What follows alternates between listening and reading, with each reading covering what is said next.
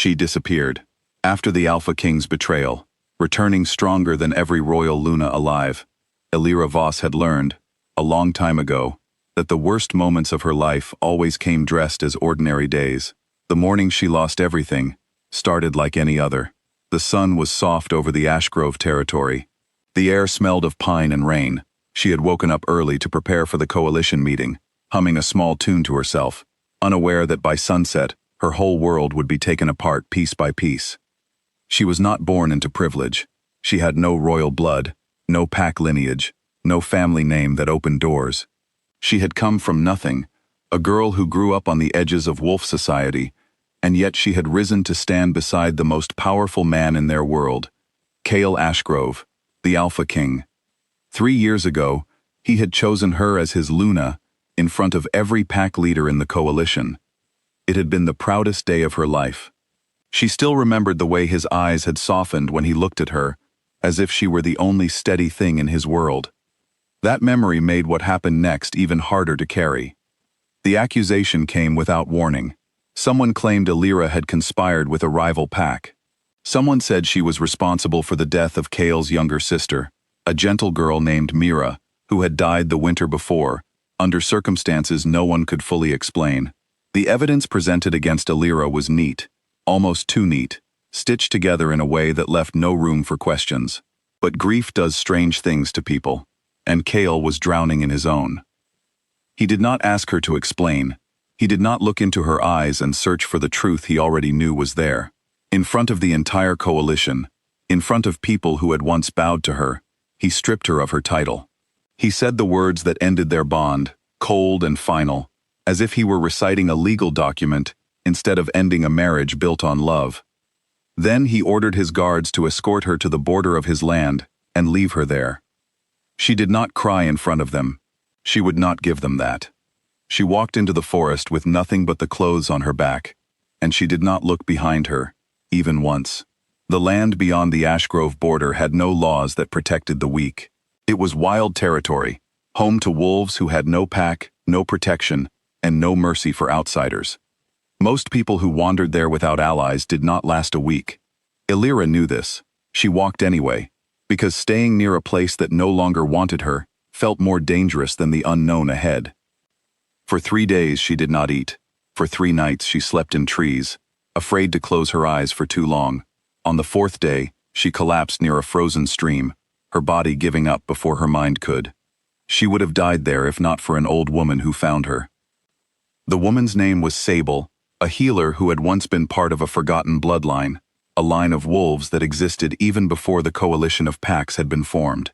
Sable took Elira into her small home, hidden deep in the woods, and nursed her back to health with slow patience.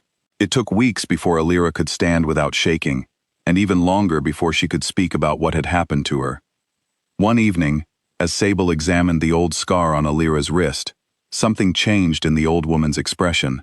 She traced the mark with careful fingers and asked Elira where it had come from. Elira did not know. She had always had it since she was a child, and no one had ever explained its meaning to her.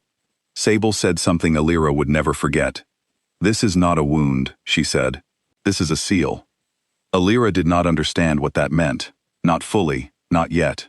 But Sable explained, in fragments over many nights, that there had once been wolves older than any alpha bloodline, wolves whose power had been sealed away 1,000 years ago to protect the balance of the coalition. These wolves were called the First Ones, and their strength was said to be far greater than any Alpha King who came after them. The seal on Elira's wrist marked her as one of their last descendants, though how such a thing had happened, no one alive could say for certain. Sable was dying, though she hid it well. Her body had been weakened by years of using her healing gifts to save others at the cost of her own strength. Before she passed, she made a choice. She used the last of her power to break the seal on Elira's wrist, transferring what little life she had left into the process. The seal broke on a quiet night, without ceremony, without warning. Elira felt something shift inside her, deep and ancient, like a door opening after being locked for centuries. Sable smiled at her, satisfied, and told her that whatever came next was hers to carry now. Then she closed her eyes and did not open them again. Elira buried her beneath a large oak tree, and sat there for a long time, grieving a woman she had known for less than a year, but who had given her more kindness than most people had in a lifetime. What followed was not easy. Power like the kind Elira now carried did not simply appear without cost. Her body needed time to adjust. Her mind needed time to understand what she had become. For 4 long years, she trained in isolation, learning to control abilities she barely understood, testing the edges of what her new strength allowed. She grew stronger, yes, but she also grew quieter, more careful, more deliberate in everything she did. The girl who had once hummed songs in the morning sun had been replaced by someone sharper, someone who had learned that trust was a luxury she could no longer afford so easily. Back in Ashgrove territory, life had not stopped moving, though Cale often wished it had. At first, he told himself that letting Elira go was justice. Then weeks passed, and justice began to feel like something far colder and lonelier than he expected.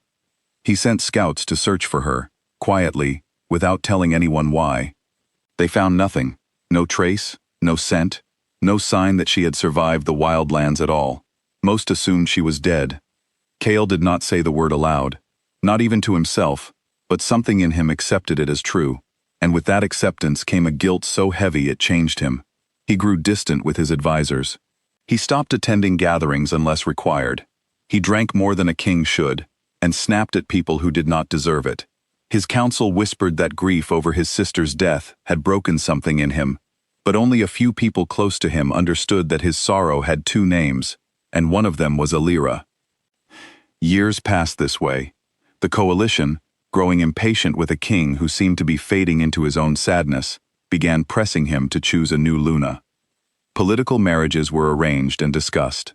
Cale resisted for a long time, but eventually, the pressure became too great to hold back. A summit was called. A new Luna would be announced, a woman from an allied pack whose family had long sought closer ties to the Ashgrove throne. The morning of the announcement, the great hall was filled with pack leaders, advisors, and dignitaries from across the coalition. Cale sat at the head of the room, dressed in formal colors, looking every bit the king his people needed him to be, even as something inside him felt hollow. Then the doors opened. No one had announced a guest. No guards escorted her in. She walked through the hall alone, calm, unhurried, as though she had never left at all. Elira Voss stood taller now, her presence entirely different from the woman who had once been quietly proud to stand beside a king. There was a stillness around her, a quiet authority that made even the air in the room feel heavier. Whispers spread instantly. Some gasped. Others simply stared, unable to believe what they were seeing. Cale rose from his seat without meaning to. His body reacted before his mind could catch up, some old instinct recognizing her before his eyes fully accepted it. And then something happened that no one in that hall could explain. One by one, without choice, without understanding why, every wolf in the room bent to their knees. It was not fear that pulled them down. It was something older, something written into their blood, long before the coalition of packs had ever existed. Even the proudest alphas in the room, men who bowed to no one, found their legs folding beneath them. Cale fought it the longest. He gripped the edge of his throne, his knuckles white, refusing to let his body obey whatever force moved through the room. But even he could not resist it forever. Slowly, and with visible effort, he sank down as well, his eyes never leaving her face. Elira did not smile at the sight. She did not seem satisfied by their submission.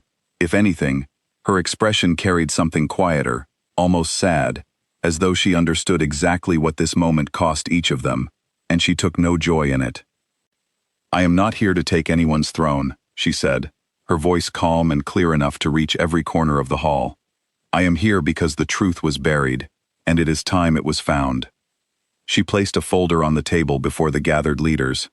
Inside were documents, testimonies, and evidence she had spent years gathering from the shadows, proof that the accusations against her had been fabricated by a rival pack seeking to weaken the Ashgrove alliance from within. The very people who had orchestrated Mira's death, and framed Elira for it, were named clearly, their plan laid bare for everyone to see. The room fell into stunned silence as the truth settled over them. Cale read through the documents with shaking hands, his mind replaying every moment of the trial he had allowed to happen. every accusation he had accepted without question. He looked up at Elira, searching for something that might explain why she had waited so long, why she had let so many years pass before returning to claim what was rightfully hers. She answered before he could ask. "I did not come back for revenge," she said. "I came back because silence protects no one, especially not the truth." The coalition, shaken by the revelation, moved quickly to address the corruption within their ranks. The guilty pack was stripped of its standing, its leaders held accountable for their actions. But the greater shift in that hall was not political. It was personal, and it belonged entirely to two people who had once shared everything and then lost it all in a single unjust moment. Cale approached her once the hall had begun to empty, his voice quieter than she had ever heard it. He tried to apologize, stumbling over words that had clearly been rehearsed many times in his mind over the years, words that had never found the courage to be spoken aloud until now.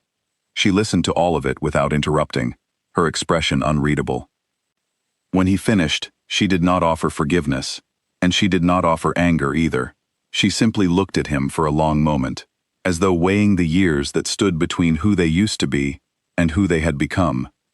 "You did not just fail me that day," she said finally. "You failed to ask a single question before deciding I was guilty. That is not something an apology repairs quickly." She turned to leave, then paused, glancing back at him one last time. "I am not the same person who walked into that forest," she said. "I do not know if there is a place for you in who I have become, but I am willing to find out if you are willing to earn it." With that, she walked out of the hall, leaving behind a king who understood, perhaps for the first time, that some things broken by carelessness cannot be fixed by simply wishing them whole again. They must be rebuilt slowly, with patience, with honesty, and with the humility to accept that trust, once shattered, does not return on command. Elira Voss did not disappear again.